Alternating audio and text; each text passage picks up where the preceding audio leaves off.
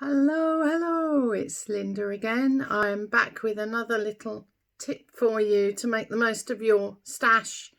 So this is particularly useful if you only have one sheet of card in a particular colour and you want to spread it out. So let me just turn the camera around and I'll show you what I'm doing. So here is the page that I'm working on. So it's got a stripe down the middle. I only had one page of cream and one of that particular yellow that I wanted.